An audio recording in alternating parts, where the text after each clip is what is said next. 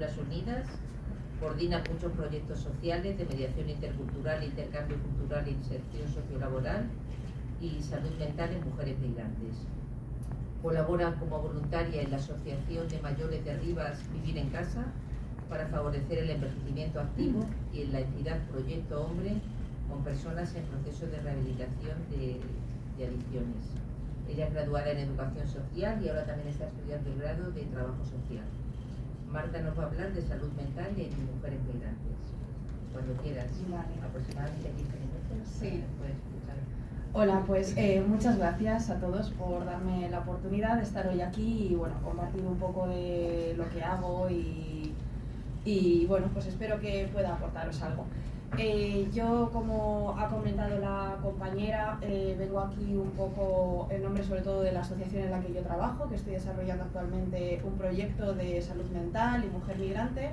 Y bueno, pues vengo precisamente a hablaros de esto para pues daros algunas herramientas que podéis aplicar, ¿no?, dentro de la consulta del ámbito sanitario.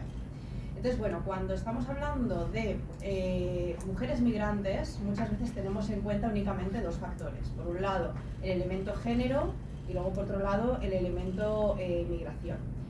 Y muchas veces, como han comentado ya los compañeros, veréis que voy a mencionar muchas cosas que ya han hablado antes, los compañeros de antes, pasamos totalmente, no tenemos en cuenta un conjunto de variables que se entrelazan entre sí, que traen consigo estas mujeres, ¿no?, y que generan realidades muy específicas, ¿vale?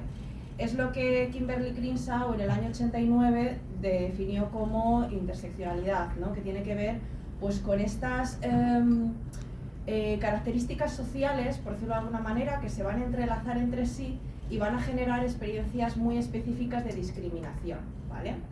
Este elemento de interseccionalidad nosotros debemos tenerlo muy en cuenta de cara a atender a estas personas. ¿Por qué?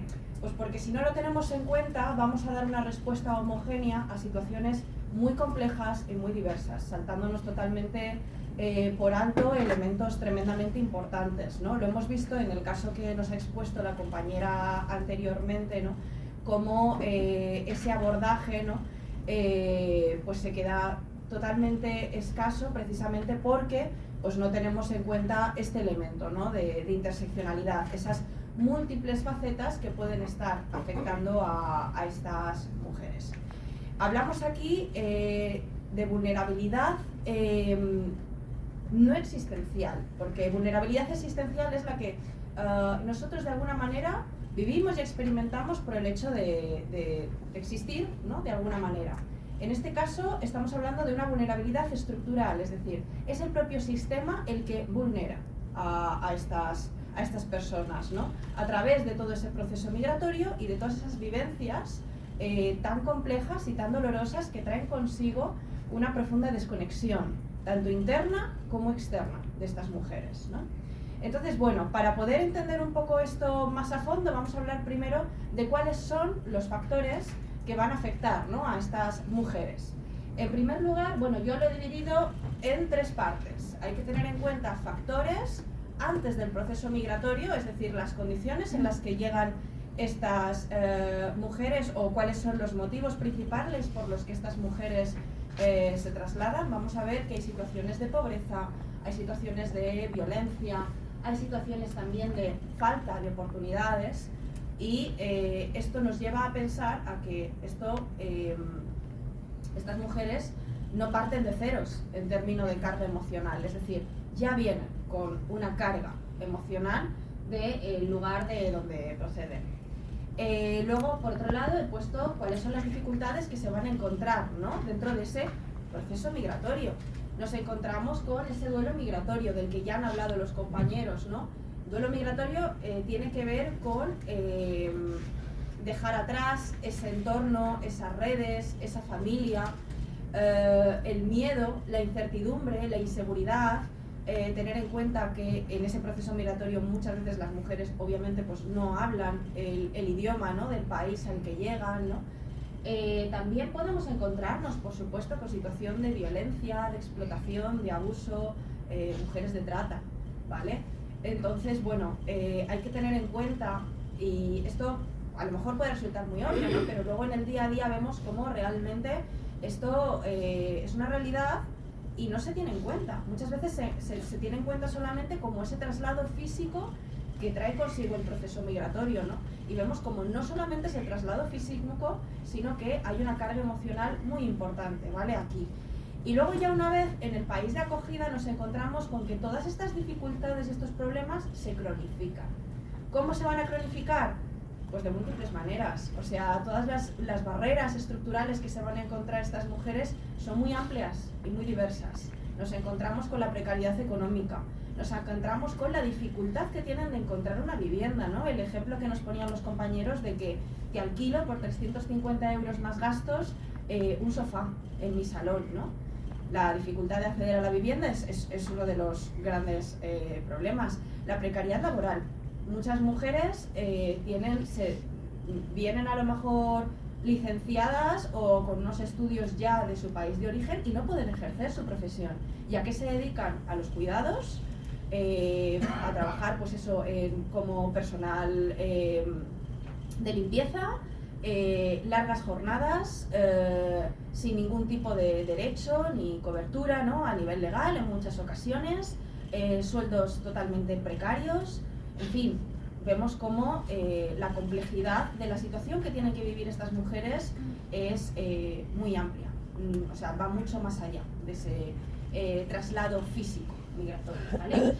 Entonces, bueno, ¿cuáles son las dificultades que nos vamos a encontrar dentro del ámbito sanitario, que es lo que a nosotros nos atañe? En primer lugar, nos vamos a encontrar con barreras de acceso, es decir, las dificultades que encuentran estas mujeres para acceder a ese sistema sanitario. ¿Por qué? Bueno, pues por múltiples factores. Yo os voy a leer ahora un caso, ¿vale? Os voy a leer en concreto 4 casos de 4 mujeres que yo he atendido en la asociación para situarnos y entender un poco lo que pasa, ¿vale?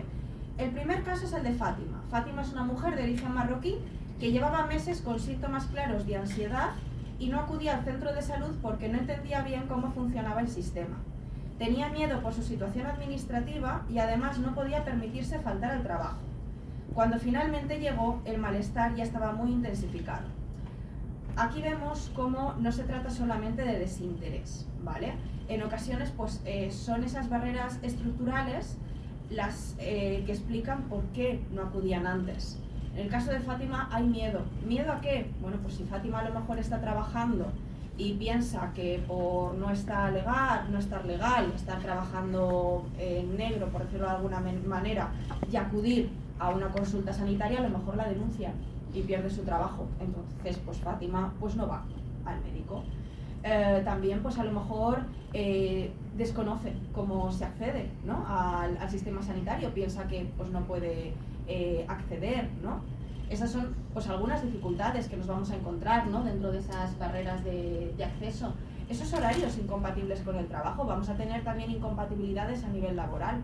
Las mujeres, como digo, muchas veces se encuentran trabajando con largas jornadas que no pueden compatibilizar con ese trabajo, o a lo mejor ni siquiera pueden pedir permiso en el trabajo para ir al médico, ¿vale? En fin, barreras de acceso. Luego tenemos por otro lado cuáles son las dificultades que nos vamos a encontrar dentro de la consulta. Esto lo ha mencionado ya la compañera, y es que en muchas ocasiones la forma de expresar el malestar las mujeres es diferente a como nosotros podemos expresar.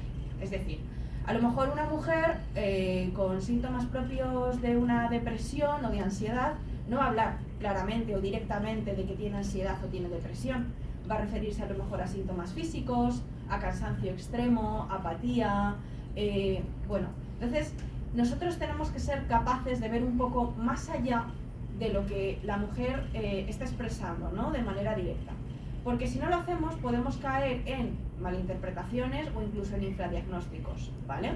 Entonces, en este sentido es verdad que la figura de un mediador o una mediadora intercultural es importante aquí, ¿vale? Otra de las dificultades que nos vamos a encontrar dentro de la atención tiene que ver con la simplificación, es decir, atribuir todo a el proceso migratorio o, por lo contrario, pasar totalmente por alto ese proceso migratorio, ¿vale? Voy a leer un par de casos. En este caso tenemos a Luz Marina, que es una mujer de origen latinoamericano, que acudía repetidamente a consulta por dolores generalizados, cansancio extremo y problemas de sueño. Se habían hecho varias pruebas médicas sin encontrar causa orgánica clara. Y cuando se pudo explorar un poco más su situación, apareció que llevaba meses trabajando como interna, sin apenas descanso, con mucha presión laboral y sin red de apoyo.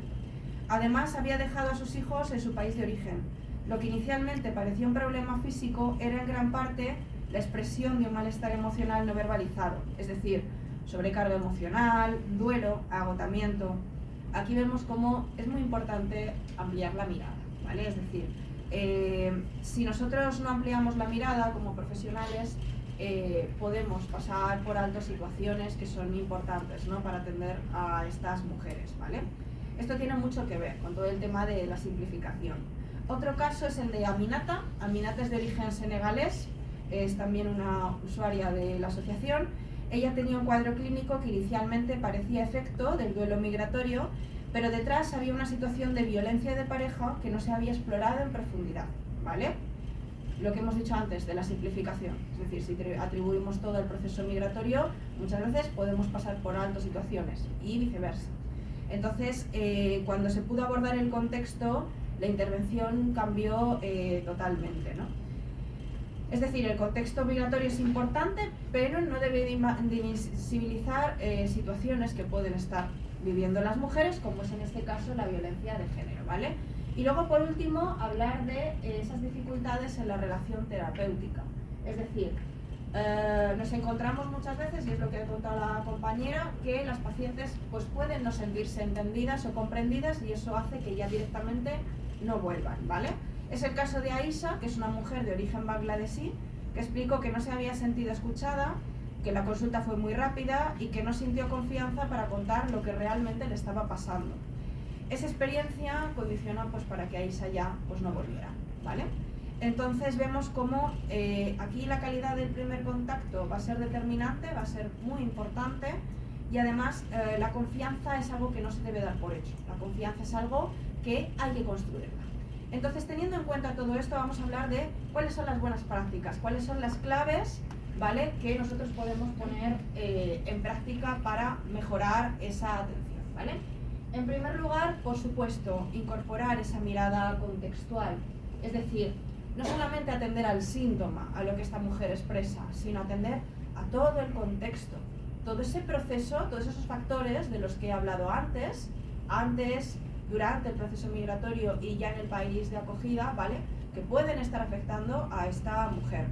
De alguna manera lo que hacemos con esto es trasladar el foco, ¿no?, del síntoma a toda esa complejidad, a toda esa interseccionalidad de la que antes hablaba.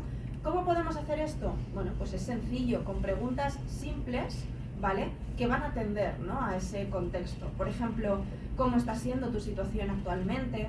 ¿Con quién cuentas aquí? Si es para saber si tienes redes o estás sola. ¿Qué ha sido lo más difícil desde que llegaste? ¿Hay algo que te preocupe y no hayamos hablado? ¿Vale? Esto de alguna manera pues, va a desplazar la atención de la consulta desde un síntoma aislado a pues, la experiencia vital de la persona, ¿vale? En segundo lugar, por supuesto, validar antes que interpretar, es decir, esa generación de vínculo, ¿vale?, favorecer esa comunicación, es decir, que la mujer se sienta entendida, se sienta comprendida y se sienta acompañada. No se trata únicamente de dar un diagnóstico, ¿no?, sino de hacer ese acompañamiento. Eso va a favorecer que la mujer venga cuando tiene un problema, cuando se encuentra mal, a la consulta y no evitar pues, que no vuelva a venir, ¿vale? Esto está muy ligado con el siguiente punto que he puesto, que es desarrollar, pues eso, implementar la escucha activa para evitar esos prejuicios. ¿Cómo implementamos esa escucha activa? Bueno, pues yo he puesto algunas preguntas de ejemplo. Por ejemplo, he puesto, ¿cómo explicarías tú lo que estás sintiendo? Es decir, simplemente, en vez de limitarnos únicamente a dar directamente un diagnóstico, abordar esa parte emocional, que la mujer pueda sentirse entendida y comprendida. Otra pregunta que he puesto es, ¿qué nombre le pondrías a lo que te está sucediendo? ¿Cómo se entiende esto en tu familia, en tu cultura? ¿Vale? De alguna manera, con todo esto, evitamos las malinterpretaciones, los infradiagnósticos, el caer en prejuicios, ¿vale? Luego, trabajar desde el qué necesitas y no desde el qué te pasa, ¿vale? Aquí quiero atender a la importancia de la derivación. Es decir, nosotros vivimos en una ciudad que tiene múltiples recursos. Ahora os voy a enseñar varios recursos que yo he señalado. Entre ellos está el que han mencionado antes mis compañeros, Salud Entre Culturas. Y tenemos que poder beneficiarnos, ¿no?, de esos profesionales que a lo mejor pues, pueden abordar situaciones que nosotros podemos no estar capacitados. Si nos llega a lo mejor una mujer que sí que tiene síntomas depresivos, pero a causa a lo mejor de una posible violencia doméstica, obviamente vamos a atender a esos síntomas depresivos que esta mujer tiene, medicalizando o lo que sea necesario, pero también es importante poder derivar a esta mujer a profesionales que tengan las herramientas, ¿no?, de abordar adecuadamente esta situación, ¿vale? Y luego, por último, pues dar tiempo y esa continuidad que tiene mucho que ver con esa confianza terapéutica de la que he hablado antes. Luego he puesto algunas herramientas o claves que son muy importantes a nivel propio del sistema, como incorporar esa figura del mediador intercultural, que ya lo hemos visto con la compañera que ha hablado, pues lo importante que es, ¿vale? Formar al personal sanitario en todo el tema del enfoque de género y la interseccionalidad. Que la interseccionalidad sea muy tenida en cuenta a la hora de trabajar con estas mujeres, ¿vale? Y luego, por supuesto, mejorar esa accesibilidad a los servicios, pues por las dificultades de acceso que hemos visto antes. Ya por último, os enseño aquí, bueno, esto es un pequeño esquema que muestra las dificultades o los riesgos habituales que nos podemos encontrar de cara a atender a estas mujeres. Patologizar o caer en esas simplificaciones, medicalizar en exceso o no detectar a lo mejor violencias, y las buenas prácticas que he señalado, ¿vale? Que es dar contexto a lo que esta mujer está viviendo con todos esos factores que he hablado antes, escucha activa, validación, coordinación con el trabajo en red con otros profesionales y el acompañamiento, ¿vale? Y por último, aquí os señalo pues, algunos recursos específicos para atender a esta población migrante. Estos recursos todos tienen página web donde ustedes pues, pueden acudir y ver cuáles son los servicios que se ofrecen, ¿vale? Aquí he señalado 3, por supuesto hay muchos más. Y luego también algunos recursos específicos para atender a las mujeres migrantes, ¿vale? Recursos muy concretos para atender a estas mujeres. Y eso es todo por mi parte. Espero que pues, haya podido aportaros algo y bueno, pues ya doy paso a mis compañeras.